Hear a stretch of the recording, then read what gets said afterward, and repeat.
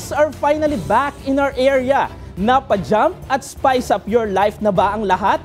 Inilabas na kasi ngayong Biyernes, July 11, ng hinirang na biggest girl group sa panahong ito, ang Blackpink.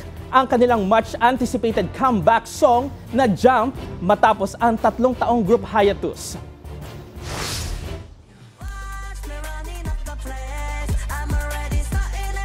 Video na magara o royalty ang datingan.